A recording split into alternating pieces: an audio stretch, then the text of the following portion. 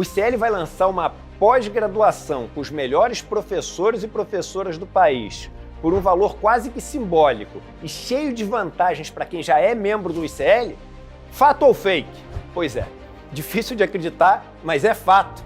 E é mais do que isso ainda. É em parceria com a FESP, uma das maiores escolas do país, onde estudaram Darcy Ribeiro, Sérgio Buarque de Holanda, Florestan Fernandes. É isso mesmo, pós, reconhecida pelo MEC. É o próximo passo da revolução do ICL. Participe do novo passo da revolução.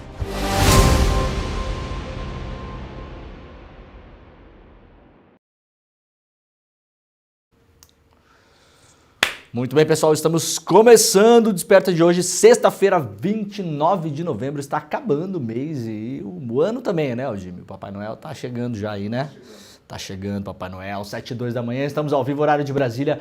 Muito obrigado pela companhia de todo mundo que já está chegando no nosso chat. Estamos ao vivo nas principais redes sociais deste mundão, mas principalmente nos nossos canais do YouTube. Muito bom dia, muito obrigado para quem nos acompanha no canal do Eduardo Moreira, no canal do Leandro Demori, mas principalmente no canal do iclnoticias.com.br lá no YouTube. Se você já está por aí e ainda não assina o canal, você sabe, é só clicar em assinar, ativar o sininho. Tudo isso é de graça. Você pode comentar no nosso chat, dizer aí de onde você está assistindo a este programa, comentar as notícias também, né? Trazer mais informações, mais contexto, sempre, claro, com a educação que lhes é peculiar aqui no nosso povo, do nosso chat, né? Sem puxar o cabelo do coleguinha, né, Jimmy? Não pode empurrar, não pode colar chiclete no cabelo, né? Aquela coisa toda.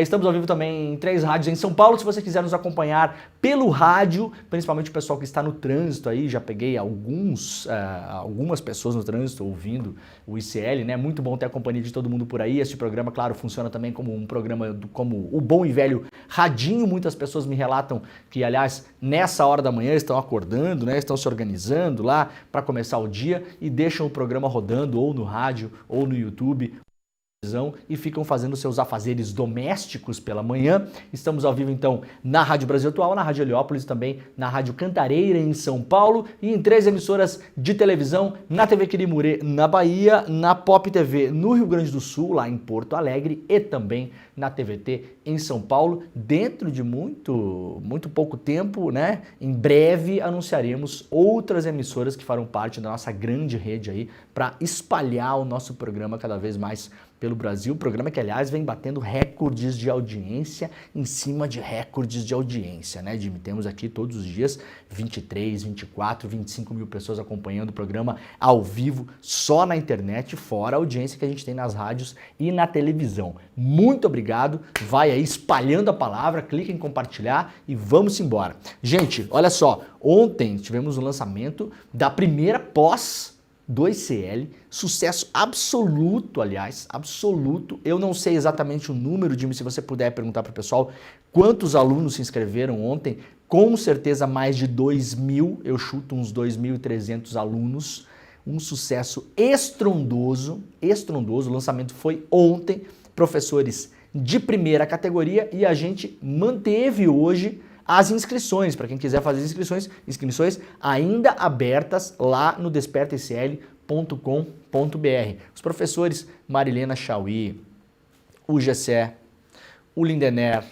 o Renato Janine Ribeiro, né, ex-ministro da Educação, é só gente daquele nível, são 2 semestres, ela é totalmente online, mas tem interação também presencial, é pós mesmo, tá? A gente tem trabalho, tem nota, é reconhecida pelo MEC, quando você terminar você vai ter lá uma pós-graduação oficial no Brasil, como se você fizesse lá nas instituições mais famosas que tem no Brasil aí, né, FGV, INSPER, Fundação Dom Cabral, com a diferença que o preço para você fazer no ICL é tipo assim, 1/4, né? É menos da metade da mais barata.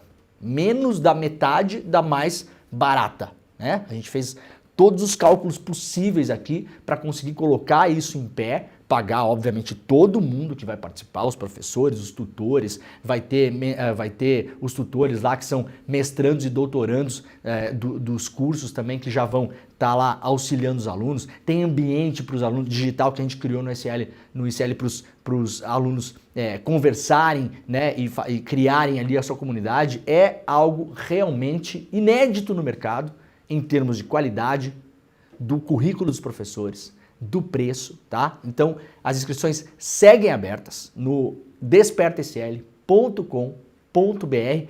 É uma pós-graduação sobre a história do Brasil. História do Brasil. Cada vez mais, olha, eu tô lendo, eu voltei a reler alguns livros agora sobre militarismo, né? E tô lendo um livro sobre a Proclamação da República, escrita pelo historiador Rodrigo Goiena, que, aliás, deu uma entrevista aqui no ICL para o Lindener Pareto, né? No Provocações Históricas, entrevista espetacular, sugiro que vocês procurem aí no final de semana, quando tiver um tempinho, no YouTube. Olha, assim, eu não sei se depois, né, passei dos 40, né, agora, eu não sei se depois melhorou o currículo das escolas. Agora, é impressionante como a gente aprendeu uma historinha de ficção nas aulas de história no Brasil. É um negócio inacreditável. Eu lembro quando eu estava lá no segundo grau, bem na época que eu estava lá no segundo grau, começaram a surgir os livros do Eduardo Bueno, do Peninha, né, que foram os primeiros livros mais populares que começaram a meio que dar uma real da história, assim, né? E aí depois veio os outros livros do Lira Neto, enfim, aí a gente começou a ver vários outros livros que começaram a pegar a história verdadeira, né? Não a história fictícia. A gente foi ensinado a história dos colégios no Brasil até alguns anos atrás, era uma história de ficção. Eu fico impressionado, estou lendo esse livro do Goiena agora, desse historiador, é impressionante como a gente não sabe nada. Eu não tinha a menor noção, até indiquei esse livro pro Edu, o Edu comprou o livro, falei, Edu, você tem que ler esse livro aqui, porque é um livro que conta a história da Proclamação da República pela via econômica, né? Com esse olhar pela via econômica. O fim das dinastias do café lá no Rio de Janeiro, o começo das dinastias do café no então chamado Oeste Paulista, né? Lá na região de Campinas e tal. Qual a relação direta da assim chamada abolição da escravidão no Brasil com a Proclamação da República, a força de trabalho que muda ali, a confluência da grana que vai de um lugar para o outro, né? O Partido Republicano Paulista, o PRP, instigando os militares a dar golpe por interesses diretamente econômicos, né? Tem todo um... Gente, olha, eu me sinto assim, primeiro um absoluto ignorante da história do Brasil, né? Apesar de já ter corrido atrás de informação, visto documentário, ler livro, faz curso e tal, não sei o quê, a gente não sabe nada. Primeiro, a gente não sabe nada, sabe? A gente comemorar liberdade na Proclamação da República não tem nada a ver, nada a ver. Eu até gostaria que tivesse, sabe? Mas é uma balela anti-histórica, né? E aí você vai entrando nisso, você vai vendo, cara, a história do Brasil é muito mais rica, muito mais interessante, muito menos mítica. A gente foi criado numa história mítica do Brasil, né? Essas informações que a gente tem hoje, assim, muito mais disponíveis, vão derrubando esse negócio. E não é assim, eu fico decepcionado por ter sido enganado na escola, né? Beleza. Agora, vai abrindo essa cabeça, cara, você entende, dá para entender tudo que a gente está fazendo agora aqui no Brasil, nesse momento. Na semana passada, nessa semana, a cobertura dessa tentativa de golpe, o exército, a postura do exército, os militares, como a cabeça dos militares, por que as coisas acontecem como acontecem, você começa a entrar na história, tudo faz sentido. Assim, abre, né, é uma chave que abre mesmo assim a sua cabeça e olha e fala, sabe, aquelas coisas que você pergunta assim, como pode os caras fazerem isso? Pode, tá na nossa história, tá impresso na nossa história, é parte da nossa história, uma história negada para o povo brasileiro. Essa pós, ela recoloca a história brasileira nos eixos. Muito, muito, muito legal. Ontem teve o lançamento, todos os módulos, né, que foram explicados ontem, como vai ser, inclusive com a história, com a influência africana, a história negra no Brasil, que também foi, né, colocada num canto nos nossos colégios. Então é muito legal para qualquer pessoa que quiser entender o Brasil. Você não precisa ser historiador nem nada, precisa, claro, ter um diploma de graduação, porque é uma pós de fato, né, uma pós-graduação. Agora, qualquer curso que você tenha feito, se você quiser entender o que está passando no Brasil hoje, cara, essa pós é a chave. É a chave. Espetacular, segue aberto, né, Jimmy, a possibilidade da pessoa se inscrever no despertaicl.com.br. É isso? Teremos as mamatas de ontem ou não teremos? O pessoal não respondeu ainda? Tá bom, vamos descobrir depois, porque ontem quem se inscreveu ontem levou para casa 4, 5, 6 livros, o material didático é de graça, não tinha taxa de inscrição, né, ao contrário de todas as outras. Então, ontem era o dia da mamata, né? Eu não sei se hoje permanece assim, mas de todo modo, mesmo que não tenha esses a mais, de todo modo, já é um valor muito mais baixo do que qualquer pós que você vai fazer no mercado e com a qualidade absurda. Absurdo. Os professores, vocês viram ali, Chauí, GCR, Renato Giannini, é um negócio espetacular, tá? Então dá uma olhada lá no despertaicl.com.br. Vamos lá para as notícias de hoje, então. Após os dias de calor, Sudeste e Centro-Oeste tem riscos de temporais no final de semana. Dê uma olhada aí na sua região como vai estar o clima, né? Para que você possa curtir e se proteger ao mesmo tempo, né? 13º salário, a parcela única ou a primeira parte devem ser pagas até hoje. Fique atento e atenta na sua conta bancária. Sextou, né, Jimmy, com a parcela do 13º, né? Eu não sei o que é 13º, faz uns 60 anos, mais ou menos. Mas aí quem tem a carteira assinada, né, o emprego no Brasil aí vem batendo recorde, né? O desemprego está super baixo, cada vez mais pessoas aí trabalhando formalmente também, né? E aí você pode dar uma olhada lá na sua continha bancária, porque tem que pingar hoje. Ou a primeira parte, ou a parcela única, a depender do acordo aí que você tem, né? Leilão da Receita Federal, fase de propostas começa hoje, tem iPhone, tem notebook, tem Rolex, para quem é acostumado a olhar os leilões da Receita, né? A Receita abriu mais um lote de leilões aí de mercadorias apreendidas das mais diversas formas. Lula sanciona a lei que cria cadastro nacional de condenados por pedofilia e estupro. O presidente Lula sancionou a lei que institui o Cadastro Nacional de Condenados por Pedofilia e Estupro. A sanção foi publicada na edição do Diário Oficial da União ontem. De acordo com a legislação, o cadastro terá o nome completo e CPF dos condenados já em primeira instância por crimes sexuais e permitirá a consulta pública. Também estarão disponíveis dados de pena ou medida de segurança imposta. Não serão divulgadas, obviamente, informações sobre as vítimas, né? O Cadastro Nacional contará com condenados pelos crimes de estupro, registro não autorizado de intimidade sexual, estupro de vulnerável, favorecimento da prostituição de vulnerável, induzir alguém, né, a prostituição, favorecimento de prostituição, manter estabelecimento onde ocorra exploração sexual e tirar proveito de prostituição alheia. A legislação sancionada altera o Código Penal e criou cadastro de pessoas condenadas pelo crime de estupro. O antigo cadastro não era público, esse agora é público. Então, enquanto a CCJ, liderada pela deputada de Santa Catarina do PL, Caroline Detoni, aplaude, torce e vota a favor de estupradores, como nós mostramos ontem aqui, né? O PL do estupro passou na CCJ com larga margem de vantagem. Vários deputados e deputadas votaram a favor de punir a menina estuprada para que ela não possa mais abortar, né? Com penas, inclusive, maiores do que as do próprio estuprador. Essa é a direita que defende a família no Brasil, tá? Essa é a direita pela família. Enquanto isso, os assim ditos comunistas que querem destruir a família estão indo na direção oposta, como a gente mostrou aqui agora nessa notícia. E Bovespa desaba 2,40 e dólar chega perto dos 6 após anúncio de pacote fiscal, o assim chamado mercado fazendo, claro, o seu terrorismo, né? Como disse o colunista de economia José Paulo Kuffer, em sua coluna no UOL, o mercado financeiro queria sangue, Lula entregou um ajuste gradual nas contas públicas e, claro, desagradou o tal mercado. Isso porque o governo anunciou ontem um pacote de ajuste fiscal, medidas paralelas para cumprir promessas de campanha, como isentar o imposto de renda para quem ganha até R$5 mil por mês. Essa proposta virá na reforma tributária da renda e fazer aquelas pessoas que ganham acima de 50 mil por mês pagarem um pouco mais. O pacote ontem, a gente já deu uma esmiuçada nele aqui, ele ainda vai para o Congresso, ele pode ser rediscutido, podem colocar jabutis ali, podem colocar isenção fiscal para os brother, agora, ó, vocês fiquem de olho na Câmara agora, agora vai ser a festa, né? Não teve a festa da Selma lá no Rio de Janeiro? Agora vai ser a festa de novo.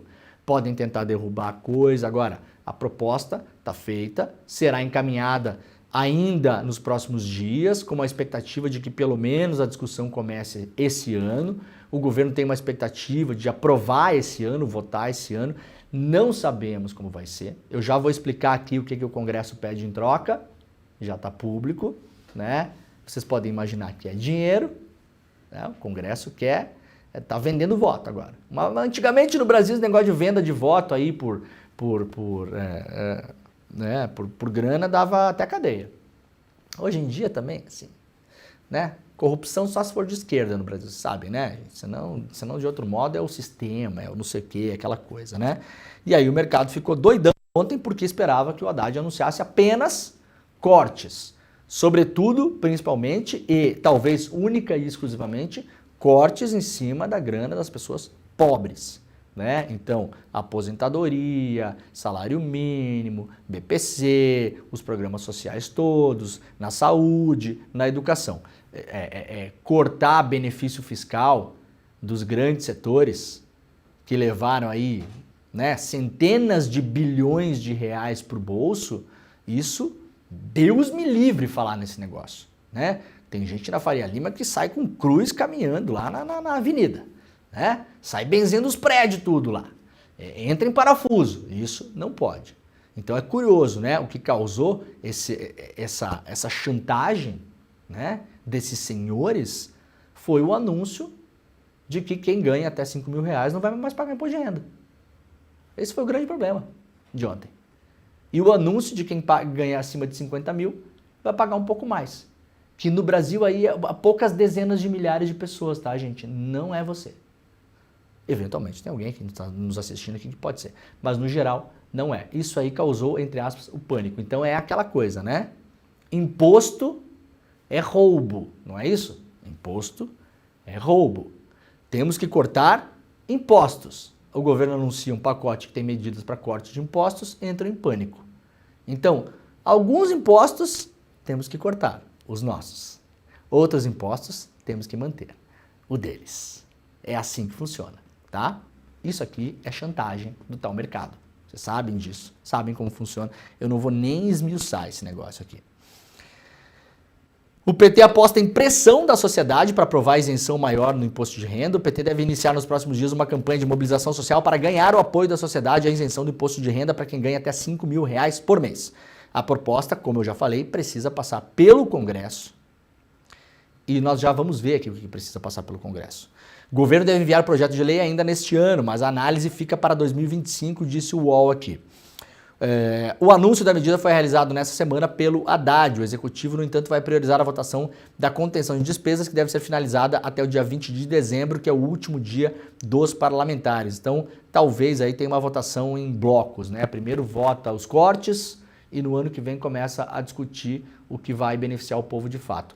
Haverá uma discussão no parlamento, inclusive, em relação aos cortes. Tem muita gente, inclusive, deputados de esquerda, do PSOL, por exemplo, eu vi já vários falando sobre isso, a Sâmia, a Melchiona, que tem críticas, que vão ter que ser sanadas no debate, né? Em relação à limitação de aumento do salário mínimo, em relação ao corte de alguns programas sociais, que o Haddad e o governo defendem que não são cortes, então vão ter que explicar por que não são cortes, né? São revisões, é uma relação em relação a fraudes, aquela coisa toda, mas de todo modo vai ter que.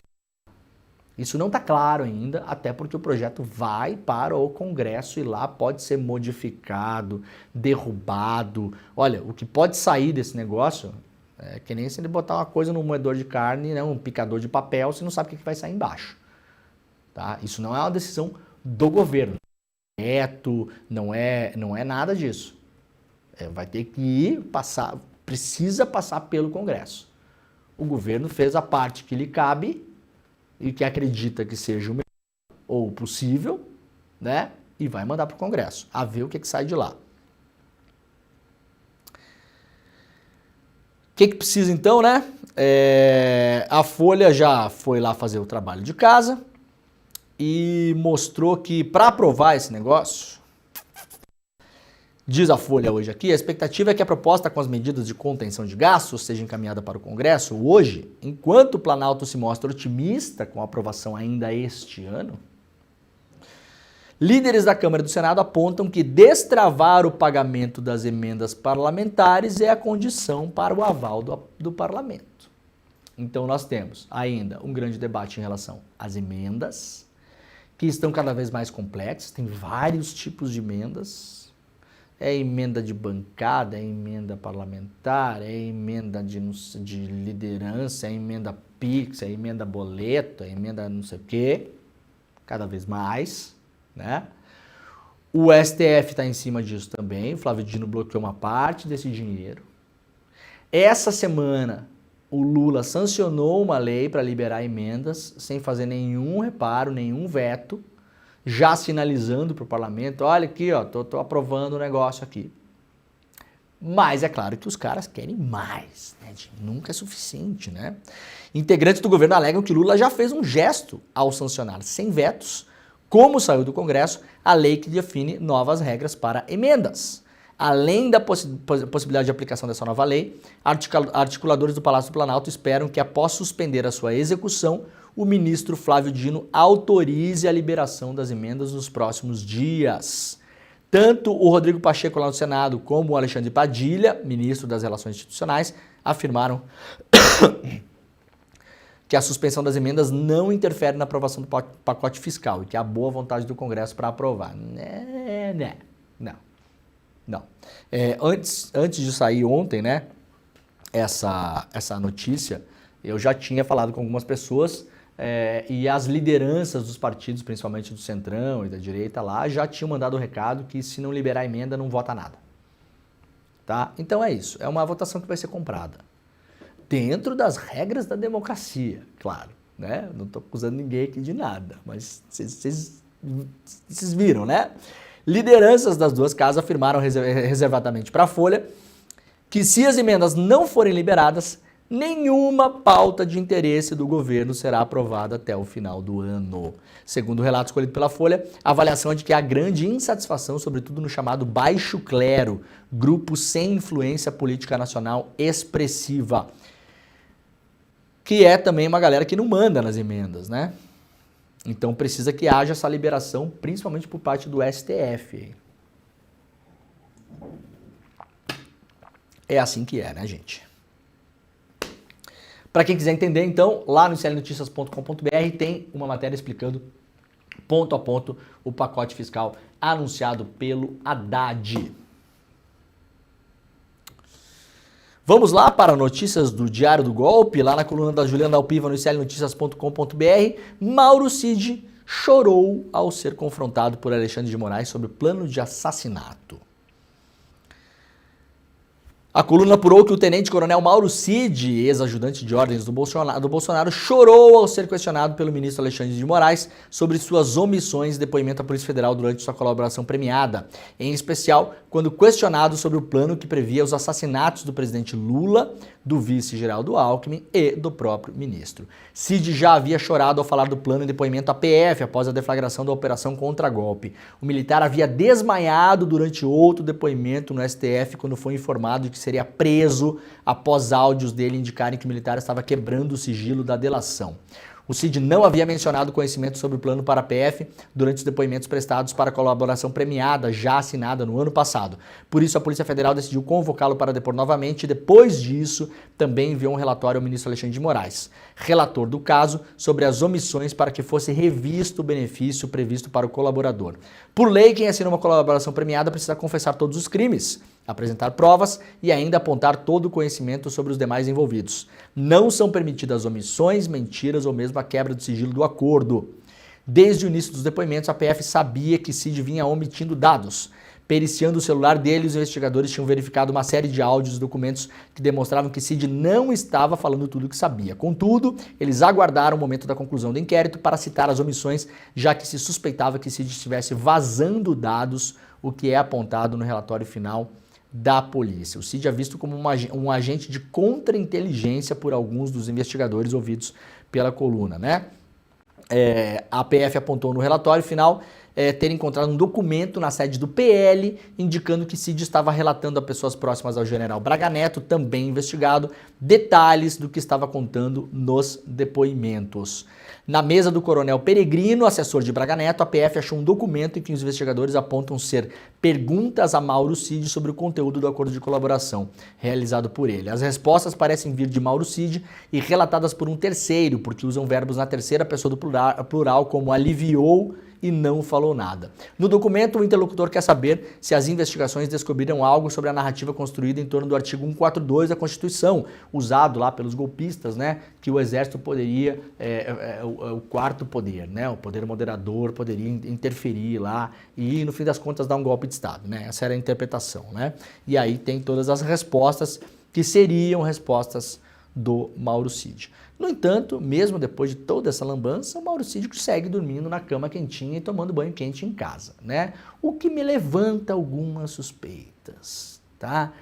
Me levanta algumas suspeitas. Eu não confio muito na história e não é que eu tô tirando isso da minha cabeça, né? Óbvio, já por conversas que eu venho tendo com muita gente desde muito tempo, nessa história de que a polícia tem tudo o que precisa e não precisa mais do Cid, tá? Eu não engulo muito essa, porque o Cid fez um monte de lambança desse processo todo, um monte, que pela lei, né, não somos nós os legalistas, se você olhar a lei, Cid não deveria mais ter colaboração premiada nenhuma.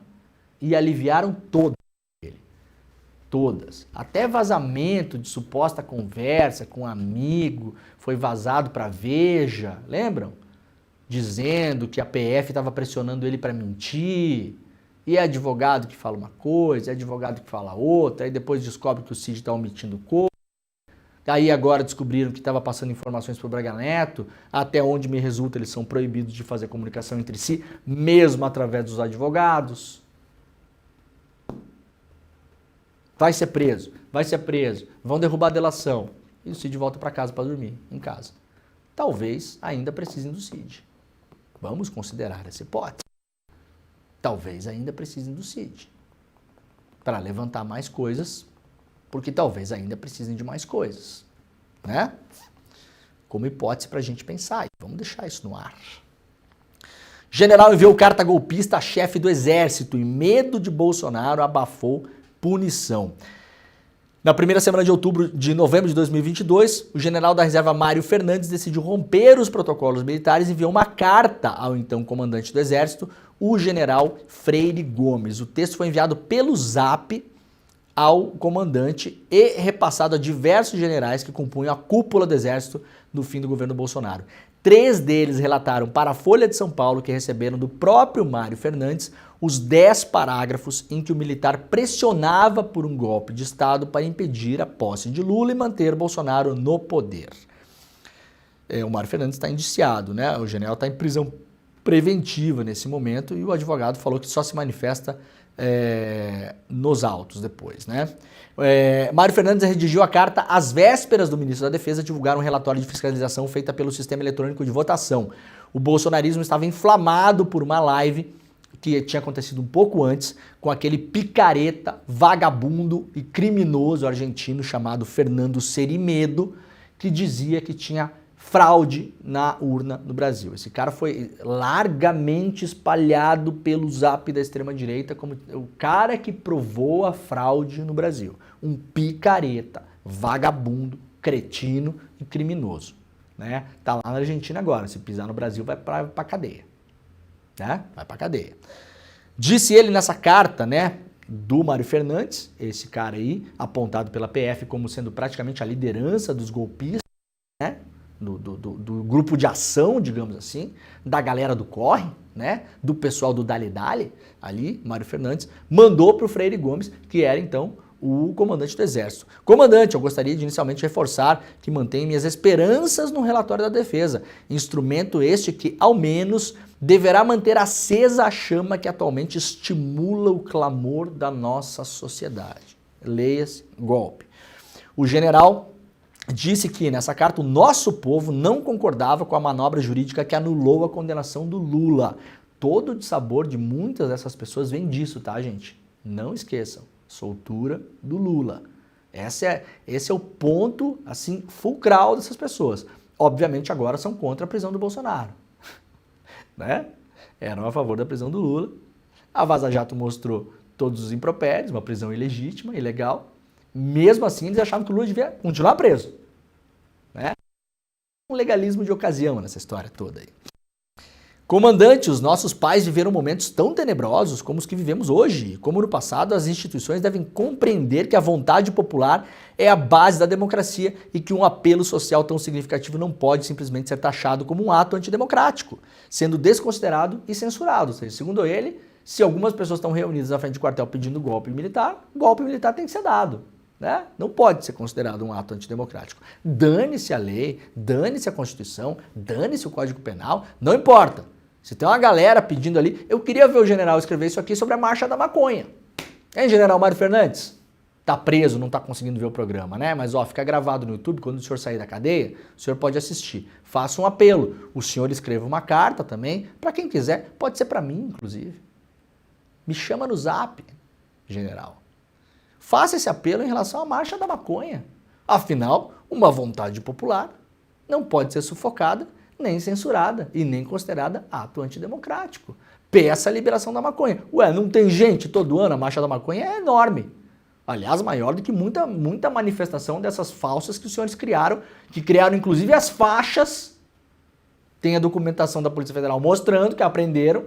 Os senhores criaram inclusive as faixas que deveriam ser usadas nas manifestações.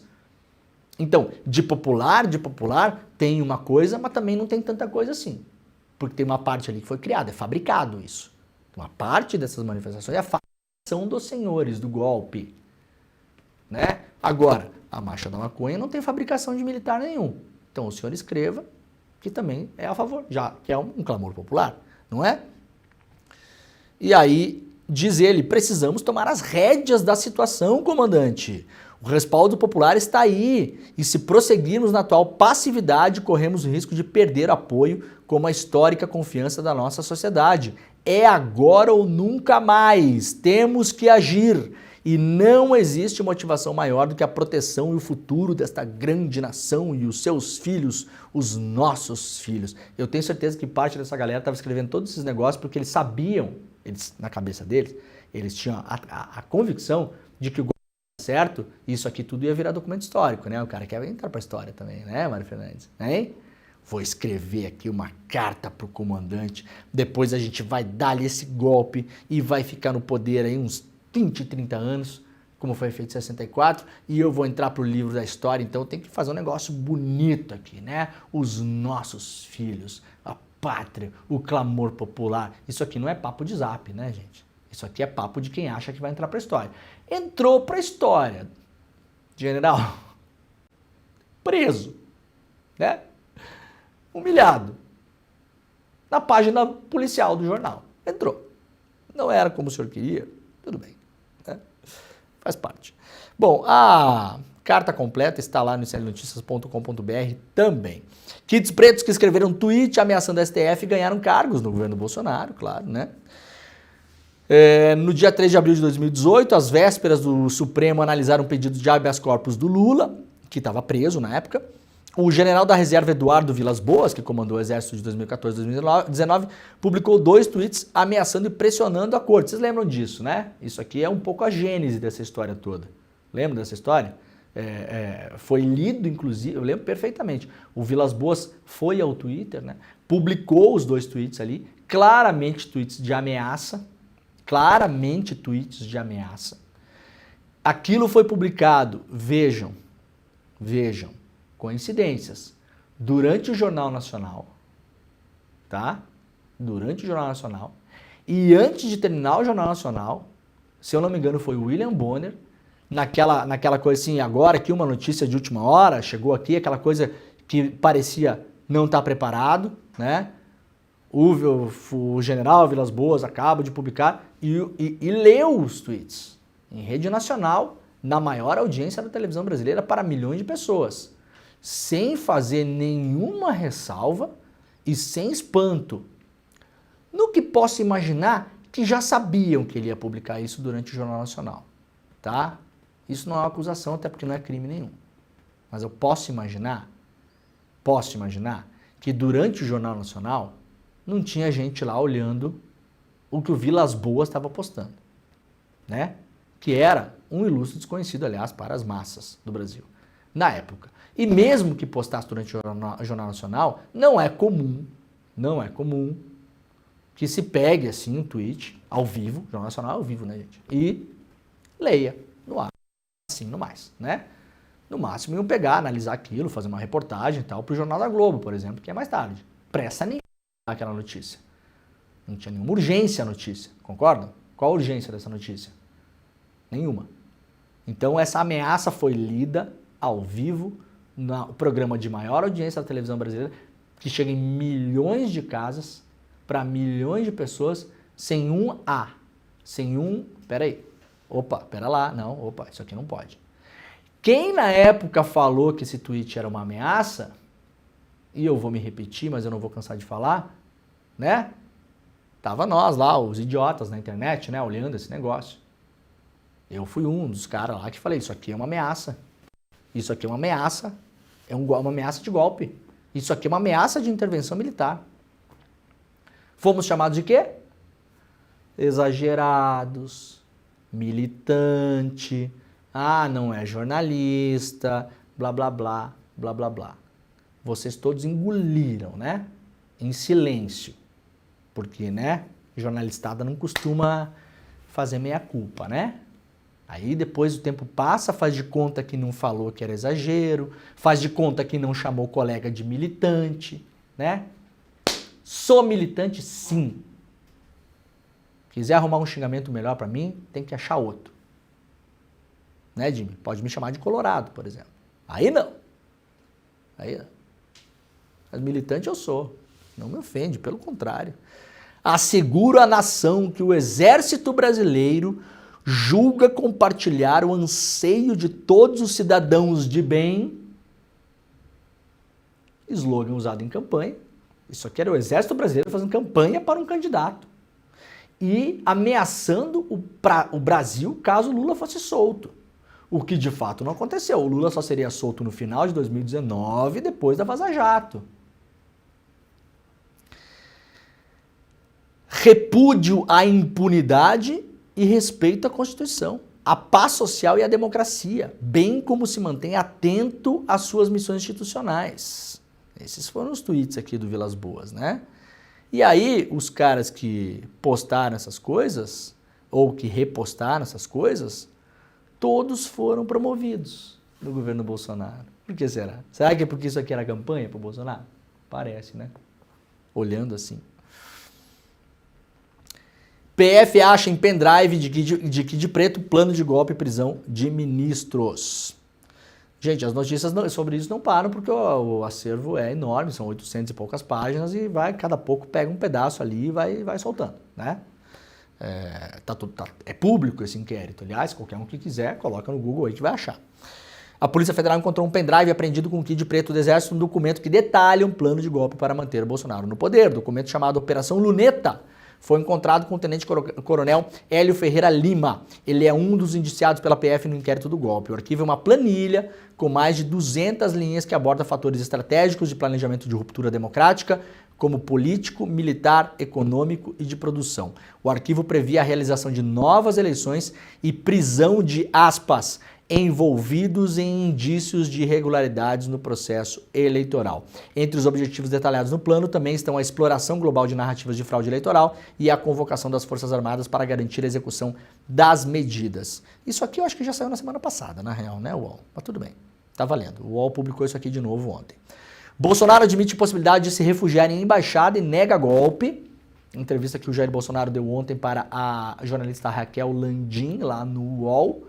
Né? E quando perguntado, instigado, né, se poderia se refugiar e tal, o Bolsonaro deu uma resposta, ela não é exatamente direta assim, né, vou me refugiar, não é bem isso, mas tudo bem, é mais ou menos ali, né? Ele falou que ele reconhece que, sei lá, perseguidos, políticos e tal, não sei o que, tradicionalmente se refugiam em embaixadas, né, o que é verdade. Vimos o caso do Julian Assange, por exemplo, né, porque não é o caso do Jair Bolsonaro. tá? Então ele, sim, admite, mas ontem as manchetes pareciam mais fortes do que na verdade é a frase, né? Ele coloca ali como uma hipótese, não dizendo que ele fará, mas ele fala, olha, ele se coloca numa condição de perseguido político e fala, olha, perseguidos políticos, né? Eu estou falando eu agora aqui como caso de ditaduras, por exemplo, buscam refúgio em embaixadas. Aconteceu no Brasil muito, aliás, durante ditaduras, né? Então é nesse lugar que o Bolsonaro se coloca. A manchete ela deu uma enganada ontem porque parece que ele se coloca num outro lugar, tá? Só para a gente fazer dar o contexto da leitura da notícia que eu acho que é importante, né?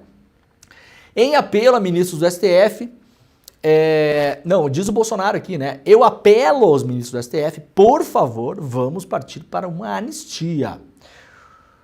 O Bolsonaro reiterou o apelo pela anistia nessa quinta-feira, negou as acusações referentes ao relatório final da Polícia Federal sobre a trama golpista e disse ter discutido ações com militares, como decretação de estado de sítio, estado de defesa e o uso do artigo 142 após as eleições daquele ano. Então, essa linha de defesa, eu já vim antecipando essa linha de defesa para vocês aqui fazia um tempo, né? Conforme as confirmações começaram a rolar de que as reuniões aconteceram, de que teve lá as minutas golpistas e tal, né? Conforme não se pôde mais negar, a linha de defesa do Bolsonaro é essa aqui, tá expressa agora aqui na imprensa, mas eu já venho falando sobre isso aqui faz um tempo para vocês, né, no nosso programa aqui, que é, eu não nego nada disso que aconteceu. As reuniões, claro, o Bolsonaro nega plano de matar o Alexandre de Moraes e tal, mas estou dizendo assim, as reuniões da assim chamada trama golpista no núcleo político-jurídico ali, né, núcleo político-jurídico. A linha é isso aqui, ó. Eu não nego as reuniões, eu não nego que tinha lá um plano de fazer um estado de sítio, que tinha documentação, que eu falei com os comandantes, que eu consultei fulano, ciclano, beltrano. Não nego, tá? Mas era só para entender o que é que eu, Bolsonaro, como presidente, poderia fazer caso descobrisse uma fraude nas urnas. E eu, Bolsonaro, tinha convicção de que tinha uma fraude. Tanto é que pedi para o meu partido, PL, uma auditoria, que foi lá, o PL contratou o chamado Instituto Voto Legal e uma outra empresa, tudo picareta. Os caras fizeram uma tal de auditoria pela internet, não sei o quê, não descobriram nada, omitiram isso e fizeram um relatório mentiroso, isso a Polícia Federal descobriu agora também, tá?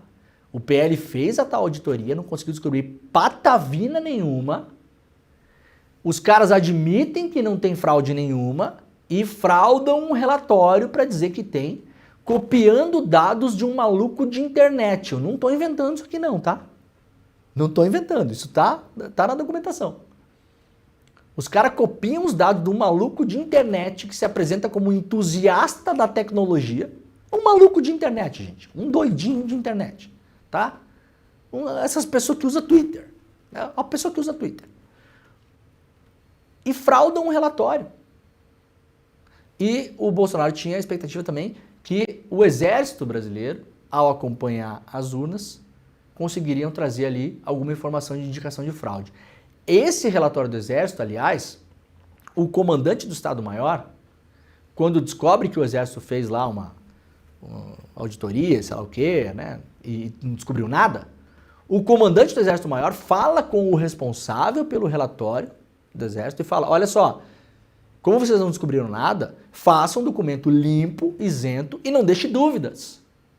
O cara desobedece e faz um documento que foi amplamente divulgado na época, inclusive no site do Exército Brasileiro, dizendo, não descobrimos nada, né, nenhum indício de fraude, mas não descartamos que possa haver. Tá? Ou seja, fez o que o Mário Fernandes pedia ali, deixou a chama acesa. Deixaram a chama acesa, porque essa frase já é suficiente, gente, para manter as pessoas mobilizadas, na frente de quartel, na internet, enchendo o saco dos outros, né?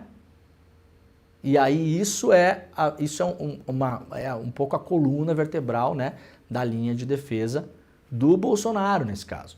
Eu discuti, sim, com os caras, tá? Várias possibilidades, essa discussão não é crime, não tem problema nenhum, mas era só se tivesse fraude na urna.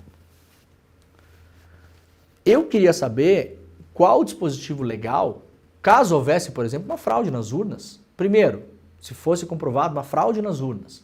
Fraude de que natureza? Quem fraudou?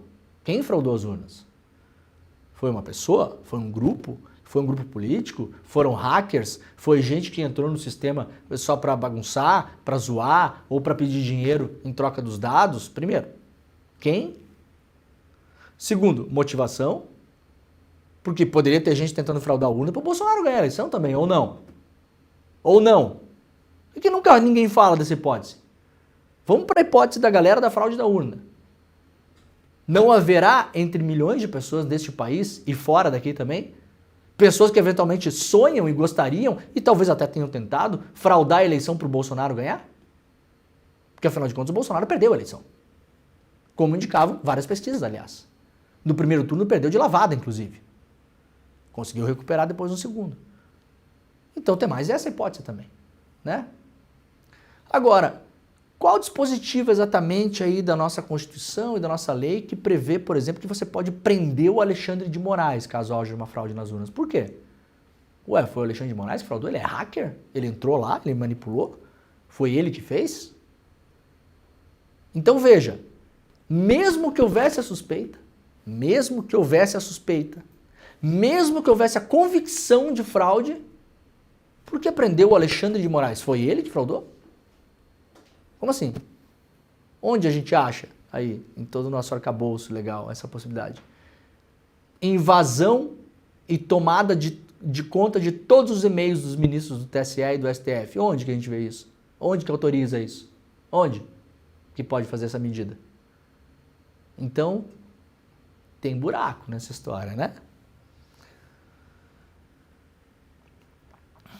Advogado de Kid Preto diz que cliente pretende falar à justiça. Tenente Coronel Rodrigo Bezerra Azevedo estaria disposto a contar tudo o que sabe sobre o plano de golpe de Estado do grupo liderado por Jair Bolsonaro. Essa informação eu trouxe no N2 na semana passada, quem assistiu lembra, né? No dia das prisões, eu falei no final do dia, no ICL Notícias segunda edição, que já tinha mais a informação que eu tinha na época era um coronel, agora, pelo que a imprensa está trazendo, na verdade é um tenente-coronel, então essa informação estava errada, né? Eu falei coronel, não é, é um tenente-coronel, que já estaria abrindo o bico, tentando uma delação.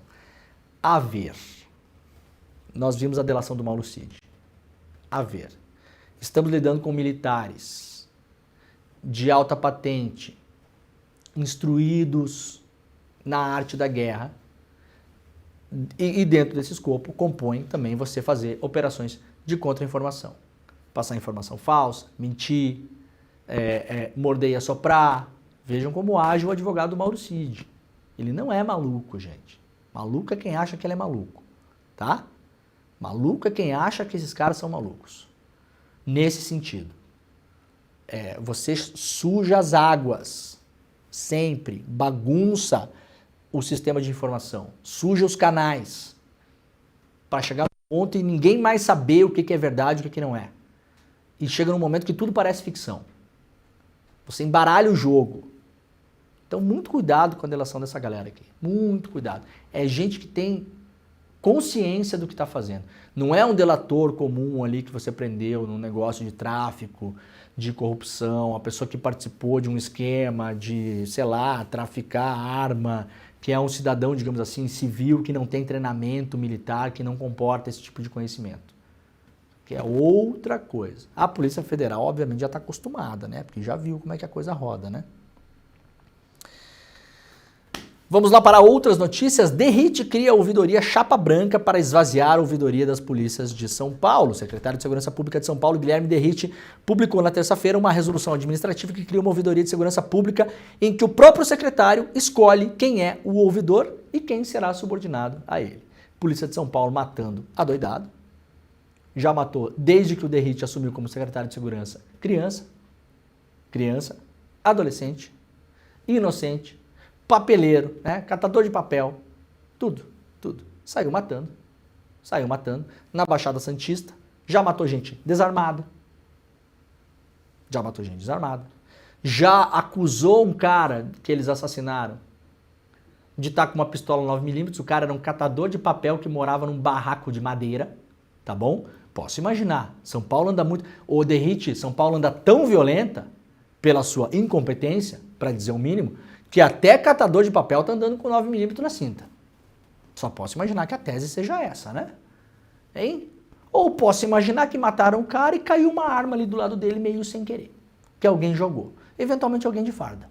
Pode ser, né? Pode ser. E agora criou uma ouvidoria, ele vai escolher o ouvidor, gente. Entendeu? O ouvidor e o subordinado. Não, vamos aqui, vamos moralizar.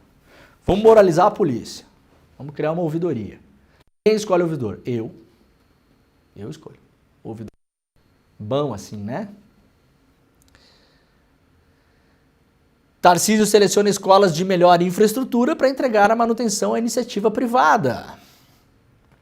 As 143 escolas estaduais que o governo Tarcísio de Freitas escolheu para terem a manutenção privatizada estão localizadas em regiões de baixa vulnerabilidade social e menor proporção de população preta. Elas também já apresentam melhor infraestrutura e resultados educacionais em relação às demais.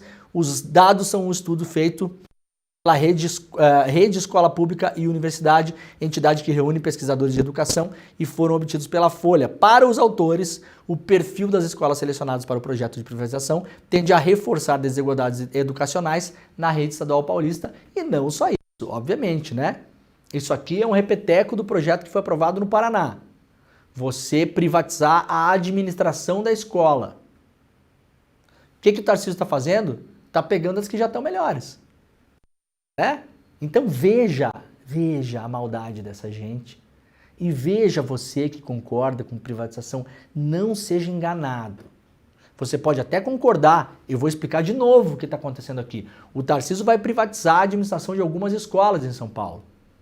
Então, podemos imaginar o seguinte, eu posso me considerar um privatista, né, ficticiamente.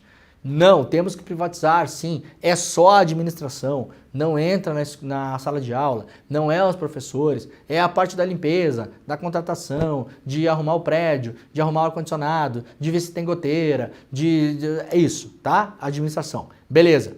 Qual seria a lógica, então, para melhorar? Porque o objetivo não é fazer o empresário ficar milionário, né? O objetivo, em tese, é melhorar a educação em São Paulo. Qual seria a lógica? Vamos pegar as escolas que estão mais ferradas, as que o Estado não consegue dar jeito, em lugares que tem maior vulnerabilidade social, em lugares onde a infraestrutura urbana é pior, onde não chega busão, onde a estrada, a rua está toda esburacada, não tem asfalto, não tem nada. Então vamos pegar essas e colocar na mão da iniciativa privada. Afinal de contas, os caras são os bonzão, eles vão dar um jeito. Não. As escolas que o próprio Estado já gastou para deixar melhores e vamos privatizar essas.